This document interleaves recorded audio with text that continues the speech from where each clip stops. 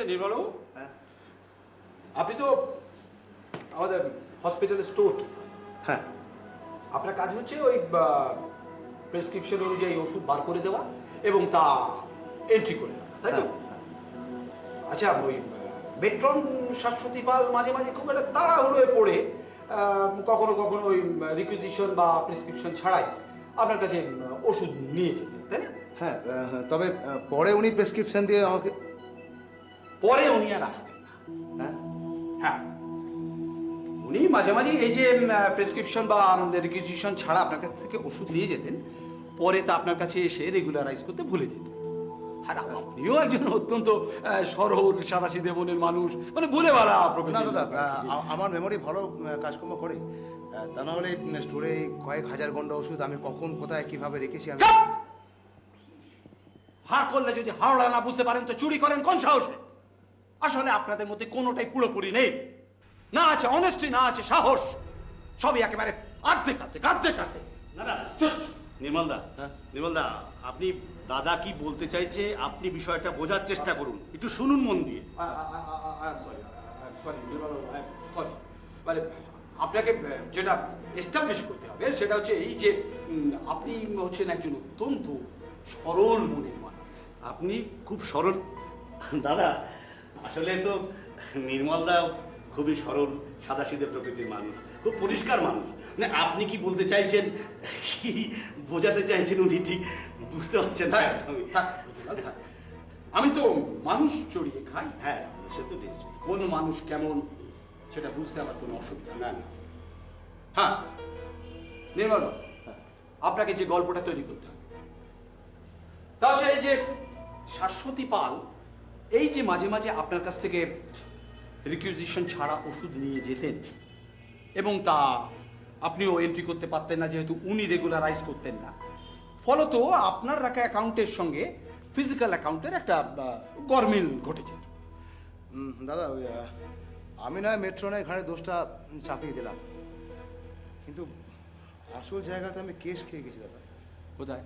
ওই আমি যে দোকানে ওষুধগুলো বেচতাম সেই তো পুলিশের কাছে কবুল করেছে যে আমি 3 বছর ধরে ওকে ওষুধগুলো সাপ্লাই করেছি।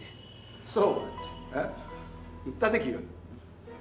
শাশ্বতী পাল তো 3 বছরের বেশি এখানে আছেন, তাই না? মানে না না মানে মানে না দৌড়, আপনি শুনুন নির্মলদা, মানে দাদা কি বলতে চাইছে সেটা পুরোটা মন দিয়ে শুনুন, মাঝখান থেকে কোনো অবান্ত প্রশ্ন করবেন না, আপনি প্লিজ শুনুন তো। হ্যাঁ, আপনাকে যে গল্পটা বলতে হবে, আপনি কোনো দিনও স্টোর থেকে কোনো ওষুধ নিয়ে গিয়ে দোকানে বিক্রি করেননি। শাশ্বতী পাল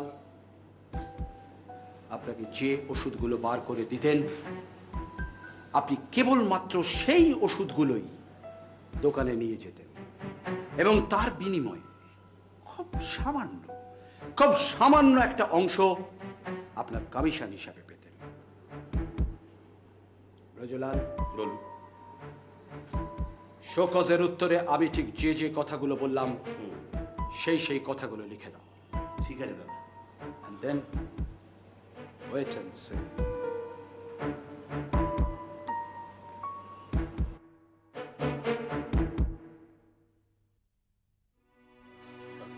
কি হয়েছে কি তোমার?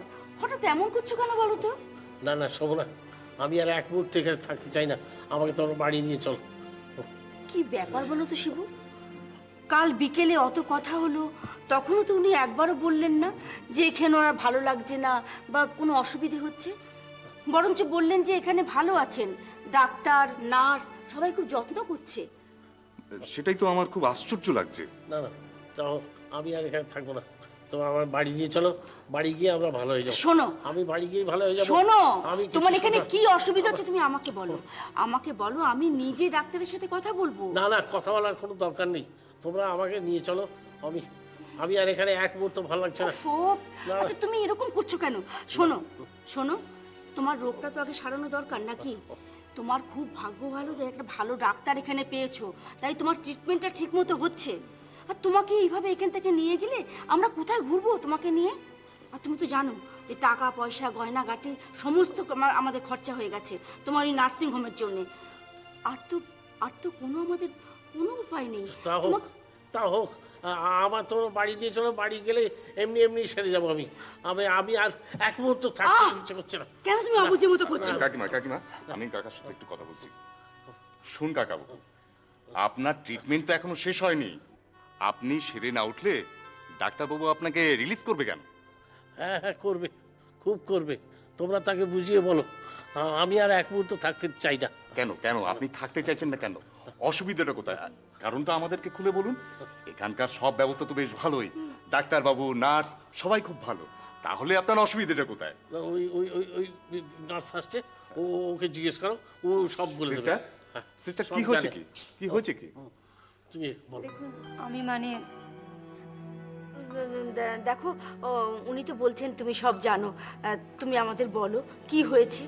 তুমি তো জানো যে ওনার ট্রিটমেন্টের জন্য ভুল জায়গায় গিয়ে আমরা একেবারে সর্বশান্ত হয়ে গেছি। দেখুন এসব কথা আর আমাকে বলবেন না। ওনার চিকিৎসা করাতে এসেছেন, চুপচাপ সেটাই করিয়ে নিন। কোথায় কে ভুল চিকিৎসা করলো, কত টাকা খরচ হলো, এসব কথা বলে নিজেদের বিপদ কেন রাখছেন?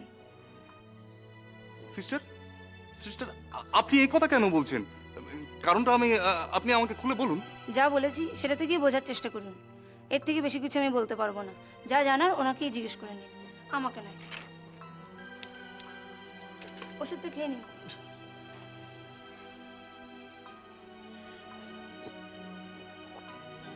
দেখুন আপনাদের একটা কথা বলে যাই। আপনারা চিকিৎসা করাতে এসেছেন, আপনি এই ব্যাপার নিয়ে আর কাউকে কিছু মুখ খুলবেন না। ওনাকে বুঝিয়ে সুঝিয়ে চিকিৎসা শেষ না হওয়া পর্যন্ত এখানে রাজি করিয়ে রাখুন, কেমন? চলি। আমার মনে হচ্ছে কেউ ওনাকে ভয় দেখে গেছে। মনে হচ্ছে আমরা বোধহয় সাপের লেজে পা দিয়ে ফেলেছি। স্যার, আপনার কাজ হয়েছে? এক মিনিট।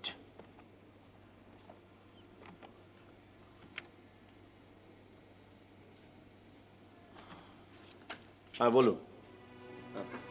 স্যার, নির্মল বাবুকে শোকজে চিঠি দেওয়া হয়েছে। সেটা কেন? মানে মানে যত জানা গেছে যে অপরাধী দুজন, একজন শোকজের চিঠি পেলেন, আরেকজন পেলেন। কেন? আপনারা কি ব্যাপারে কথা বলতে এসেছেন ঠিক বুঝতে পারছি না। স্যার ওই স্যার ওষুধ পাচারের ব্যাপারটা স্যার। স্যার বিশ্বাস করুন স্যার, আমি সত্যি কিছু জানি না। আমাকে দিদি যা যা বলতেন আমি তাই তাই করতাম স্যার। ঠিক তাই।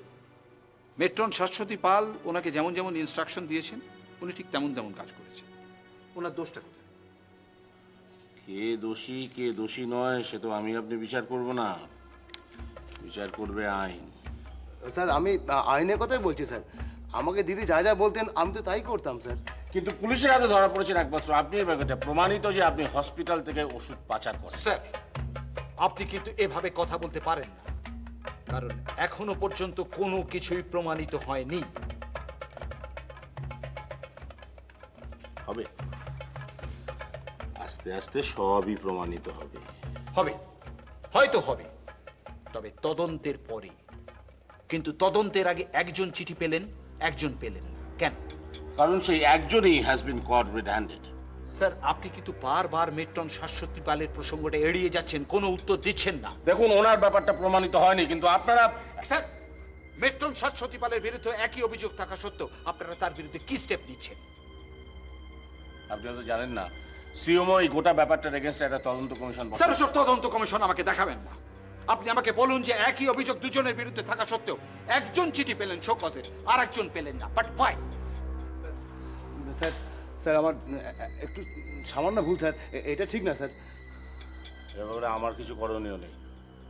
পুলিশ রিপোর্ট পাওয়ার পরে আইন অনুযায়ী যা হবার তাই হবে। বাহ বাহ স্যার, বাহ। এই সমস্ত লোয়ার ডিভিশন স্টাফদের ব্যাপারে আপনাদের যত নিয়ম কানুন, যত আইন, সবকিছু না, আর যেই একটু ওপরে উঠছেন এনকোয়ারি কমিশন, হ্যানা টানা। দেখুন দেখুন দেখুন আপনাকে একটা কথা বলি, আপনি এসব ব্যাপারে যা কথা বলবেন, যা আলোচনা করবেন সিএমের সঙ্গে করবেন, আমায় বিরক্ত করবেন না প্লিজ। স্যার স্যার সিএমও তো এখন নেই স্যার। সেটা উনি খুব ভালো করেই জানেন, আর সেই জন্য বারবার সিএমওর প্রসঙ্গ, এনকোয়ারি কমিশনের প্রসঙ্গ এই সমস্ত তুলছেন। আপনাকে একটা কথা বলে দিয়ে যাই স্যার, মেট্রন শাশ্বতী পালকে 7 দিনের মধ্যে শোকজের চিঠি ধরাবেন।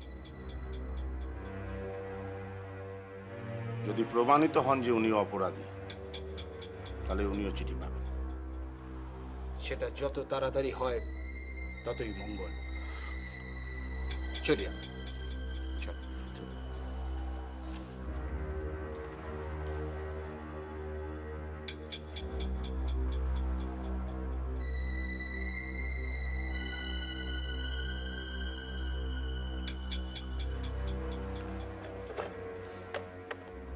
মানে ওনার সবেমাত্র একটা ডায়ালিসিস হয়েছে, আরো কয়েকটা করতে হবে, এখনই নিয়ে যেতে চাইছেন মানে? না মানে ডাক্তারবাবু, উনি থাকতে চাইছেন না, অসুবিধে হচ্ছে। থাকতে চাইছেন না? তা হসপিটালে আর কে থাকতে চায়? তা বাড়ির লোককে দেখতে পাচ্ছেন না, বাড়িতে থাকতে পাচ্ছেন না, দোকানে যেতে পাচ্ছেন না, এখন তো ভালো লাগার কথা নয়। কিন্তু তাই বলে তো ওনাকে ছেড়ে দিতে পারেন? আপনি বোঝান, আপনারা বোঝান ওনাকে যে ওনা এখন ওনাকে নিয়ে গেলে ওনার তো আরো ক্ষতি হবে। মানে ডাক্তারবাবু, আমরা ওনাকে বাড়ি নিয়ে যেতে চাইছি না। আসলে উনি এমন জোর করছেন যে বাধ্য হয়ে আমরা ভাবছি যে ওনাকে বাড়ি নিয়ে যাব। ব্যাপারটা বুঝতে পারছি না। পেশেন্টকে কখন ডিসচার্জ করা হবে সেই ডিসিশনটা কারা নেবে, ডাক্তাররা না পেশেন্টের আত্মীয়রা? শুনুন, ওনাকে আপনারা নার্সিং হোমে ভর্তি করেছিলেন, সেখানে ট্রিটমেন্ট ঠিক মতো হয়নি, রাইট? না ডাক্তার, দাঁড়ান, আমার কথা শেষ করতে দিন। তখন বেডের ক্রাইসিস চলছিল, তার সত্ত্বেও আমাদের ট্রিটমেন্ট শুরু করেছিলাম আমরা। আমাদের গোটা টিম ওর জন্য এতদিন খেটেছে, আর এখন ওনাকে বাড়ি নিয়ে গিয়ে আপনারা মেরে ফেলতে চাইছেন? না না ডাক্তারবাবু, আপনি ঠিক ওরকমভাবে ভাববেন না। আমরা তো জানি যে এখানে থাকাতে উনি কতটা সুস্থ হয়ে উঠেছেন। হ্যাঁ, আসলে ডাক্তারবাবু, কি বলুন না। মানে হয়তো এখানে এমন একটা অসুবিধে হচ্ছে যার জন্য উনি এখানে থাকতে চাইছেন না। অসুবিধে হচ্ছে? হাসপাতালে লোকেরা চিকিৎসা করাতে আসে, তাই তো? তার চিকিৎসাটা ঠিক মতো হচ্ছে তো? তাহলে অসুবিধাটা কোথায়? না ডাক্তারবাবু, আপনাকে কিভাবে কথাটা বলবো আমি বুঝতে পারছি না। আদৌ কথাটা আপনাকে বলা উচিত হবে কিনা সেটা বুঝতে পারছি না। আমাদের প্রবলেমটা একটু অন্য রকমের। কি প্রবলেম আমাকে একটু খুলে বলতে পারেন? মানে উনি কোনো কারণে খুব ভয় পেয়ে গিয়েছেন। ভয় পেয়েছেন? হ্যাঁ। কেন, ওনার কি একা থাকার অভ্যেস নেই? না, অনেকের অনেক সময় এরকম হয়, পেশেন্টরা এরকম ওয়ার্ডে থাকতে থাকতে অনেকে ভয় পায়, কিন্তু সেটা কোনো কথা নয়। ওনাকে বোঝান আপনারা। না, আমি হয়তো আপনাকে কথাটা ঠিক বোঝাতে পারছি না। মানে আমি বলতে চাইছি যে এই হসপিটালের কেউ ওনাকে ভয় দেখিয়েছে। মানে ওরি মিন এই হসপিটালে কোনো লোক ওনাকে ভয় দেখিয়েছে? হ্যাঁ। কে? আপনারা কোত্থেকে জানলেন? মানে ওনার মুখ থেকে শুনে আমার তাই মনে হলো। আপনার আসুন তো, আসুন।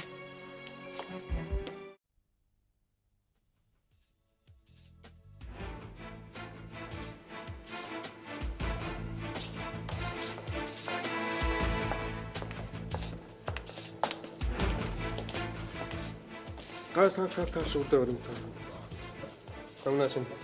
ভালো আছি। কি অসুবিধা হচ্ছে আপনার? অসুবিধা কিছু হচ্ছে না। হচ্ছে না? না, তাহলে চলে যেতে চাইছেন কেন? আমাকে ভয় করছে। ভয় করছে? হ্যাঁ, কিসের ভয়? মানে ভয় ঠিক নয়, কিন্তু বলুন বলুন বলুন না, আপনার কোনো সংকোচ নেই, সংকোচ করার কিছু নেই, আপনি বলুন। না সেরকম যদি আমি ব্যবস্থা করবো, বলুন। না, একটা স্বর্ণামার্কা লোক ওই দরজার সামনে দাঁড়িয়ে আমার কি বলুন?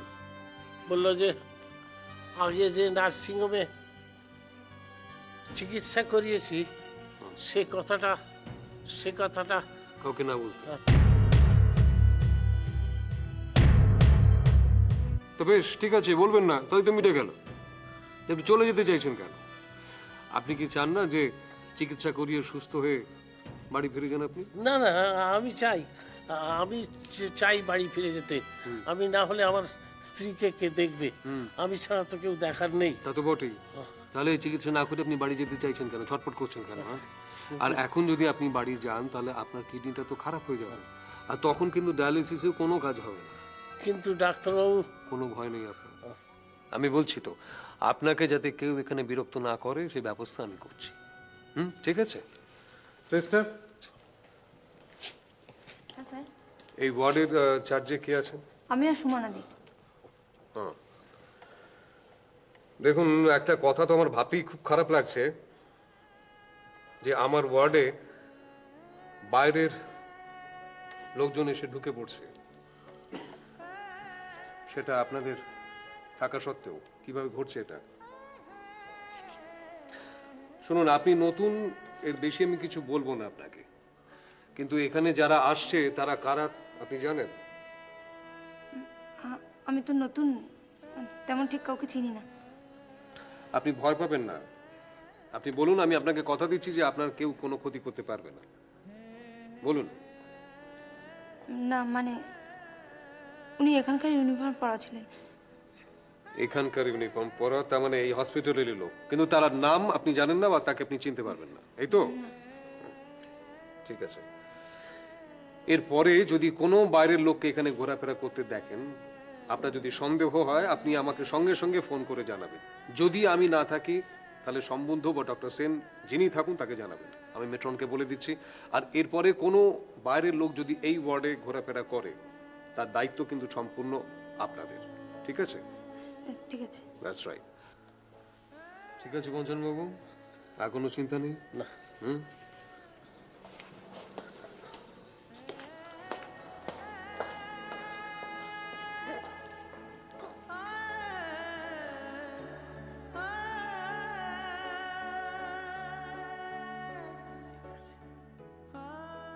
শেষ পর্যন্ত আন্টি কি গরিলা বললো? আসলে তার আগে ভদ্রমহিলা অনেকগুলো ছবি দেখিয়েছেন, এটা কি ওটা কি জিজ্ঞেস করেছেন, তো কোনোটারই উত্তর দেয়নি। শেষে যখন গরিলার ছবিটা দেখিয়েছে তখন বলেছে আন্টি। তো ন্যাচারালি সেই স্কুলে তো তিতির আর ভর্তি হওয়া হলো না, বাড়ি নিয়ে চলে এলো মা, মা তো রেগে লাল। তো আমি ওকে অনেক কষ্টে এটা ওটা সেটা জিজ্ঞেস করলাম যে হ্যাঁ রে তুই কেন বললি এরকম, তো কি বললো জানো? বললো যে আন্টি কেন আমাকে খালি ইংরেজিতে প্রশ্ন করছিল, ইংরেজিতে প্রশ্ন ইংরেজিতে প্রশ্ন করছিল, সেই জন্য বলেছে। তাই তো রাগ। আমার ছেলেকে স্কুলে ভর্তি করা নিয়েও এরকম ঘটনা আছে। মানে প্রথম যেদিন তাকে আমি স্কুলে নিয়ে যাই, সেদিন তো একেবারে সে কান্নাকাটি করে ভাসিয়ে দিল, মানে যাবেই না স্কুলে।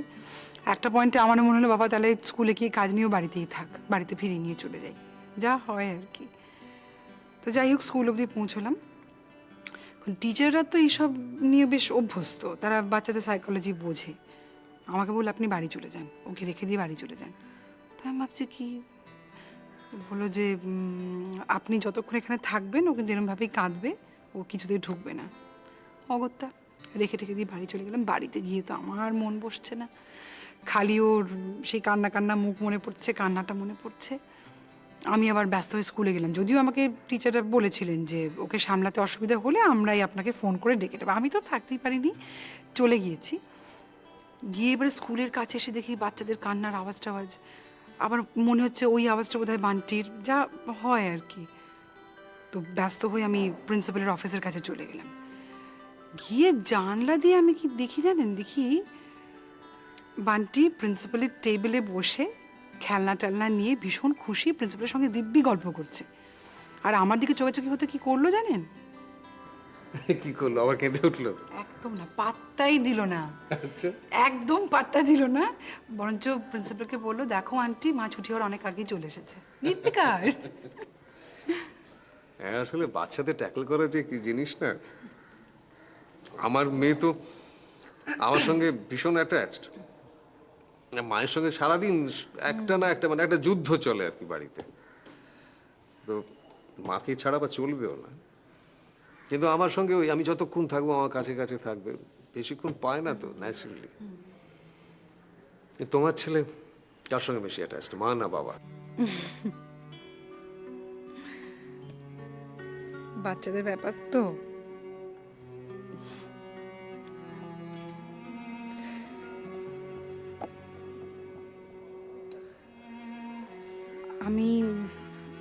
আমি একবার রাউন্ডে যাই স্যার। আচ্ছা ঠিক আছে, উঠি।